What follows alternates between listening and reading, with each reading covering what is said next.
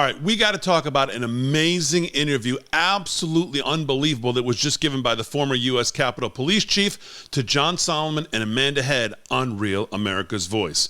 Hey folks, Damon Roberts with you, and once again, I want to remind you this video is brought to you by our sponsor, Mike Lindell and MyPillow. Visit mypillow.com and use our code LFS6B at checkout for 10 to 60% off. All right, the U.S. Capitol Police is a federal law enforcement agency, most of you know, responsible for protecting the U.S. Capitol, protecting its grounds and the surrounding areas. One of the key figures in this agency is Steven Sund. He served as the chief of the U.S. Capitol Police from 2019 to 2021. Now, on January 6, 2021, the Capitol Police failed to protect the Capitol. We know this because Capitol Police Chief Sund, after being fired on January 7, 2021, explained that he had requested backup from the National Guard, which never arrived, and that his people weren't ready, he said.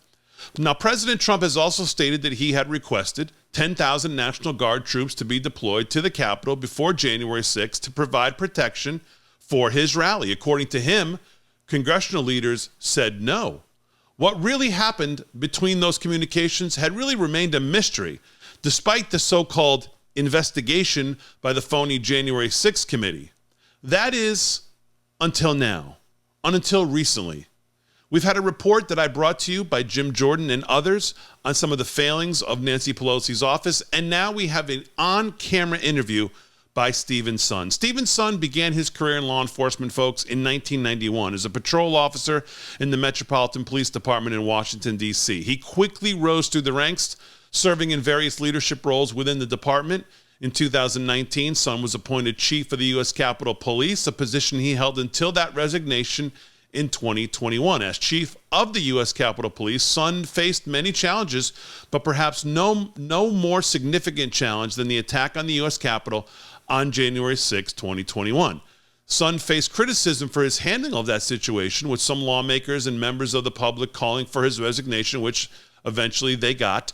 Sund ultimately stepped down from his position in the wake of that attack. Now, Steven Sund has a long record of service and dedication to law enforcement and to this country. He has received numerous awards and accolades throughout his career, including the Metropolitan Police Department's Officer of the Year Award back in 1998. So Steven Sund has now given an on-air interview with John Solomon, and I want to bring it to you, and I want to react to some of the things he talks about. This was on Just the News, No Noise yesterday, and it's really quite a remarkable interview, given some of the information that has now dripped out from this report from the Republicans that they dropped after the phony January 6th committee was done. And he has been making some of these points, by the way, since right after the event back in 2021, 30 days, February 7th, he argued that it took the Department of Defense most of the afternoon to approve his urgent request for support from the National Guard. He said back then, quote, "I still cannot fathom why in the midst of an armed insurrection, which was broadcast worldwide on television, it took the Department of Defense over 3 hours to approve an urgent request for National Guard support." He wrote that in February 7th of 2021. He also pointed out the fact that his department was not properly briefed on the possibility of a, quote, military-style armed insurrection, unquote. The entire intelligence community seems to have missed this, he wrote back then. "I wish that before placing the blame on the U.S. Capitol Police and on me as the chief for the breach of the Capitol by an insurrectionist mob, more consideration would have been given to the impact of incomplete information provided by the intelligence assessments, the denied National Guard request, and the subsequent delayed approval for National Guard assistance. Again, I do not believe that the U.S. Capitol Police failed. Greatly outnumbered and against tremendous odds, they kept the members safe." Now, that was Steven Sund back in 2021, 30 days removed from January 6th. Well, fast forward, signed a book deal to come out with his account, never heard before account of truly what happened leading up to that day. What was the communication? And we have been asking it. What did Nancy Pelosi know? When did she know it? What did Mitch McConnell know? When did he know it? What did the Sergeant at Arms know? What was their communication? Well, until recently, we had no idea. And now we have this report out by the Republicans that I did a whole entire video on. I'll link to that video right here. You can watch it. And now we have this tremendous interview on camera by Capitol Chief of Police, former Chief Sund, with John Solomon and Amanda Head, and I want to show you that now. All right, so let's jump into this interview. Here's Capitol Police Chief Sund, former Chief Sund, with John and Amanda. And Amanda's first question to him was, you know, most people think of the Capitol as one of the most secure places in the world. We all found out, obviously, that day that it wasn't. Is the Capitol, what have we learned since that day? Is the Capitol safe once again now? Let's get into what the chief says. I think the big issue that I point out in the book is how politicized security on Capitol is, and that hasn't changed. It's still the same. You still have way too much politics playing a role in security. All the oversight over the police department is all politically aligned, and anytime you have oversight that reports to a certain political party, it's a recipe for disaster. And that was put into overdrive by Nancy Pelosi, because Nancy Pelosi clearly, when she came in to run the House and since 2021, her only goal for the Capitol Police seemingly has been to defend Democratic power. It has not been to defend the Capitol. It has been to defend Democrat power on the Hill. That's the way she ran the House. That's the way she ran it when it came to legislation. That's the way she ran it when it came to the Capitol Police. It's all about her and Democratic power. That's how she ran the House of Representatives. Let's see what else the chief has to say. Yeah, that is something you really pick up in the book, Chief. It really makes a very important point. I want to walk through and talk a little bit about the National Guard, because it's one of those things that most people don't understand what happened. What we know from the Capitol Police records is on January 2nd, the Pentagon asked if you'd be, the police department, if it'd be interested. Your deputy the next day said, we don't think we need it. Then on the 4th, you reassess things and you're pressing for the National Guard to be available. Tell us what happens between the 4th and 6th with the National Guard. It's such a compelling part of your book. Absolutely. So just to make sure that the timeline's correct, when I originally asked for the National Guard, it was Sunday, January 3rd. January 3rd was the first day of that session of Congress. I think it was the 117th Congress. So it was, I believe it was 9:34 in the morning when I first went and asked for it, and was denied because of the concern for optics, the look of the National Guard. Well, what I now find out, and I point out in the book, is that come that 3rd and the 4th, Secretary of Defense Miller and the chairman of the Joint Chiefs of Staff, Milley, are expressing internally and within conference calls within the executive branch a extreme concern for violence up at the United States Capitol. Such a level of concern that they're talking about locking down the capital city and revoking the permits on the up on Capitol grounds. Two important things there are: one, I'm the person that signs those permits, and two, they never told me a thing about these levels of concerns for violence on the Hill. Yet what Secretary of Defense Miller does is he puts out this memo that specifically restricts the National Guard, which are going to be deployed in the city helping with traffic posts, from carrying any of the equipment, the civil disturbance and riot control equipment that would be needed for the type of attack he's foreseeing is coming, which did come. And then on the day of the attack, after waiting 71 minutes to get approval from the Capitol Police Board to call in the National Guard, I had to wait 3.5 hours for the National Guard, which was less than 2 miles from my capital, to arrive, and they only arrived after the fighting was all over. Now just think about what he just said on so many levels. And think about the people involved here: Pelosi, McConnell, Milley, Miller. Now I can't speak to Miller as much, but think about the other three. And it is impossible to not go through this and think in the back of your head how much Trump derangement syndrome all of them had and what their real motivation was for the decisions they made that day. We talked about this in this video when it came to Pelosi. I'm convinced at some point she thought this could get out of hand. It's going to look really bad for him, and that's okay with me. And it's hard to get away from that thought when you listen to him. Why possibly would they have these discussions on how violent they thought this could be, how prepared these people who showed up could be, and would say that you can't carry the kind of equipment you would need to protect yourself, protect the grounds, and protect the Capitol, and protect the members, knowing what was coming? It's just a stunning revelation. It's so amazing. I just want to follow up on one thing. Do you know who actually used the word optics? At the end of the day, who was most concerned about the optics of the National Guard helping your department keep the Capitol safe? It's interesting because optics continues to play a role, and it was all about the look of the National Guard. But optics played a role when I first went and I asked Paul Irving for the National Guard. He used the term optics. And what's interesting is I'm on the phone with the Pentagon at 9:34, begging for the National Guard to deploy to assist my men and women. And Lieutenant General Piot is using the term concern for the optics. I'll never forget it. Quote, "I'm concerned of the optics of the military standing in line with the Capitol in the background."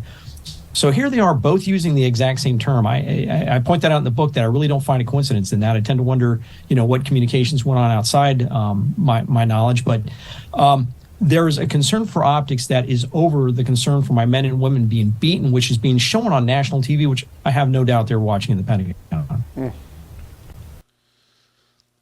This isn't just a remarkable interview, given what we have been fed for 2 years from this phony committee, from other people.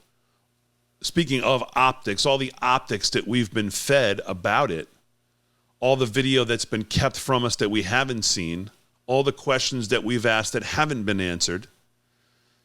He lays out first this great call between Milley and others of what possibly could be coming. And then they say, well, you can't bring what you want to bring. You can't equip them the way they need to be equipped. And oh, by the way, we're going to be really worried about the way it looks. But wait, you just told me that you think this thing could get so ridiculously out of hand, you're worried about the way it looks. Does that make any sense to anybody? I want to go to the intelligence because you talk very strongly about what DHS, FBI had. We see some of that intelligence kind of vaguely coming in to your intelligence division in late December. Tell us what happens between you and your intelligence division, and then what DHS and FBI kept completely from your department.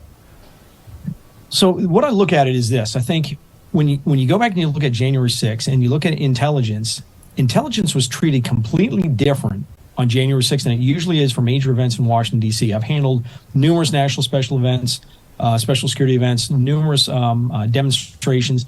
Anytime we had an event that had even a minute amount of the intelligence stream that we're seeing associated with January 6th now coming in, the FBI would do executive briefings, a conference call with the area leaders, or what we call a JIB, a Joint Intelligence Bulletin with the Department of Homeland Security. None of that was done January 6th. And when you see the level of intelligence now that was out there, you're just dumbfounded by it. That didn't occur. Those were lessons we should have learned from September 11th that we still haven't learned by January 6th. But then I see there's significant intelligence coming into my intelligence unit that's not being reported up. We do a total of 4 intelligence assessments. None of them, the first 3 say it's going to all be like this. The previous ones, even the 4th one said it's going to be like the previous 2 MAGA events, and that people weren't going to march. They're going to stay in their designated areas, with a single paragraph at the end that talks a little bit about it could be dangerous for law enforcement, could have violence, people may show up with weapons, things that we had seen in the first 2 MAGA events.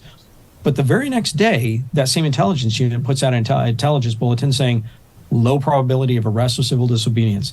The very next day, they do it again. And on January 6th, they put out another one saying low probability of civil disobedience. So there's just so much confusion going on. None of that high level of intelligence that we now know existed within DHS, FBI, and to a certain point within my own intelligence unit, got up to the necessary people to do the planning and do the coordination for security for January 6th.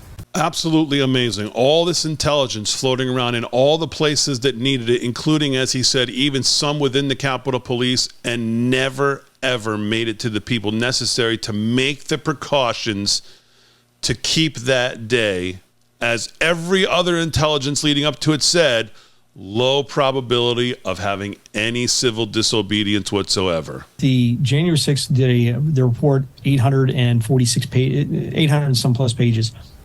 One of the takeaways was they had recommended more oversight for the Capitol Police. Think about that. I have an oversight board of the Capitol Police Board, all politically appointed. Senate, House, Executive Branch, Trump appointed Brett Blanton, who's the architect of the Capitol. Above that, I have 4 oversight committees that are all politically appointed. All politically aligned. Their staff reports to political parts of Congress. And I'm the only police chief in the United States of America that has federal law preventing me from calling in assistance before an event, and when we're having an emergency such on January 6th, I probably have more oversight, specifically more politically aligned oversight than any police department in the country, and their recommendation is for more oversight. Unbelievable last point that he makes there. Of all the things they could come up with after everything we went through, more oversight is what they could come up with. And he lays out the groundwork for why that's an absolutely mind-blowing recommendation, that's the best they could come up with. He's got more oversight than anybody else in the country. But I encourage you to watch this entire interview. It's available over at justthenews.com. It's available over at americasvoice.news. You can see it on the Real America's Voice website under Just the News, No Noise. Stephen Sun, former chief of police at the Capitol Police, who was there, had a firsthand knowledge of everything that went on. I believe this is his first on-camera interview with John and Amanda. An amazing interview. And again, kind of like when we talk about COVID, it's all coming home to roost as the information now starts to come out of all the questions that some of us have asked for the last couple years. I encourage you to watch this entire interview. I want to thank John and Amanda for a great interview. And that's going to do it for this one, folks. I'll see you in the next one.